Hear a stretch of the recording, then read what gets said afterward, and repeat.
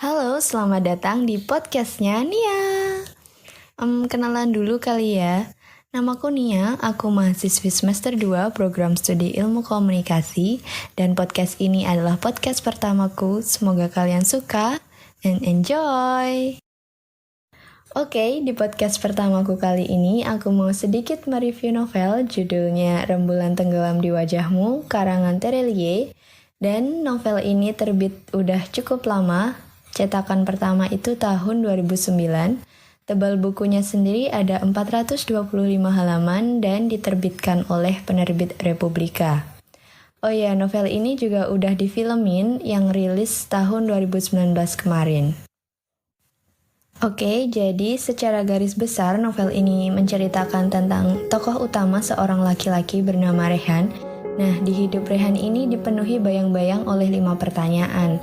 Sejak kecil, Rehan tinggal di panti asuhan dan diasuh oleh penjaga panti yang semena-mena. Dan di panti inilah Rehan tumbuh menjadi anak yang keras, suka mencuri barang-barang di panti, hingga suatu saat ia nggak betah tinggal di panti dan memutuskan untuk kabur. Setelah kabur dari panti, Rehan memulai kehidupan baru di jalanan. Kehidupan jalanan inilah yang membuat Rehan terperangkap menjadi seorang penjudi sekaligus pencuri di terminal. Suatu ketika, Rehan memenangkan judi dengan membawa banyak uang. Dalam kondisi mabuk, ia dikeroyok dan dirampok oleh beberapa preman. Saat itu beruntung Rehan ditemukan oleh warga dan segera dilarikan ke rumah sakit.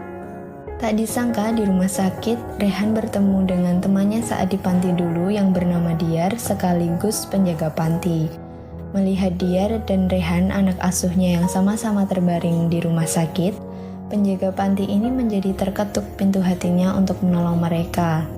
Namun sayang saat itu nyawa Diar tidak tertolong, Diar meninggal sementara Rehan saat itu dalam kondisi luka parah dan harus dirujuk ke rumah sakit yang lebih besar di kota untuk melakukan operasi.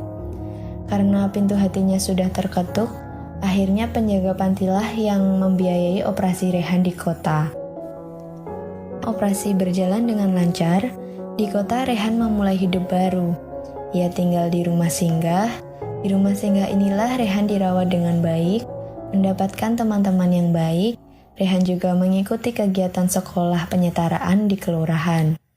Rehan di sini berubah menjadi anak yang periang, namun sisi keras Rehan tetap tidak bisa dihilangkan.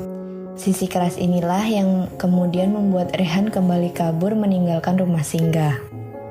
Setelah meninggalkan rumah singgah, Rehan tetap bekerja, ia mengamen, dan kemudian ia menyewa sepeta kamar untuk ia tinggal. Suatu ketika, ia bertemu dengan Ple, pria berumur 40 tahunan. Ple dan Rehan kemudian menjadi akrab setelah beberapa kali bercerita bersama.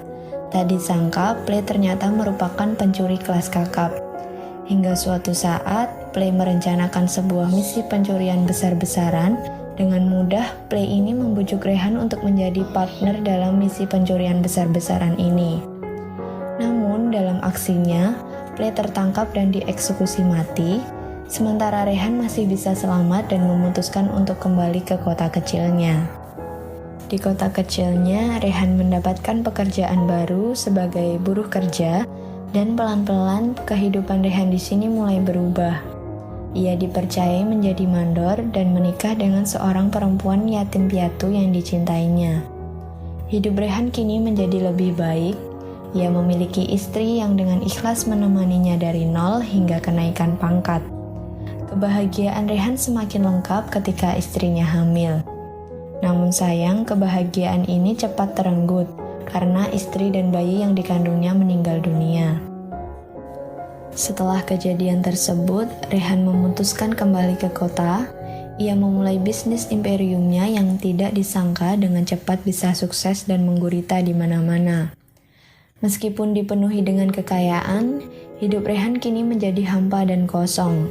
Rehan menjadi sakit-sakitan selama 6 tahun, dan di tengah sakit dan komanya, Rehan dipertemukan dengan seseorang misterius yang berwajah lembut seperti malaikat.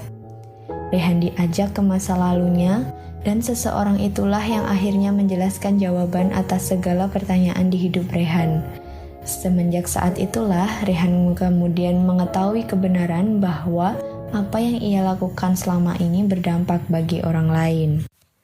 Oke, kurang lebih itu tadi ceritanya, dan menurut aku, novel ini banyak memiliki pesan moral kehidupan di dalamnya. Setelah membaca novel ini, aku semakin merasa bersyukur sekaligus mengajarkan sebuah kesederhanaan dalam hidup.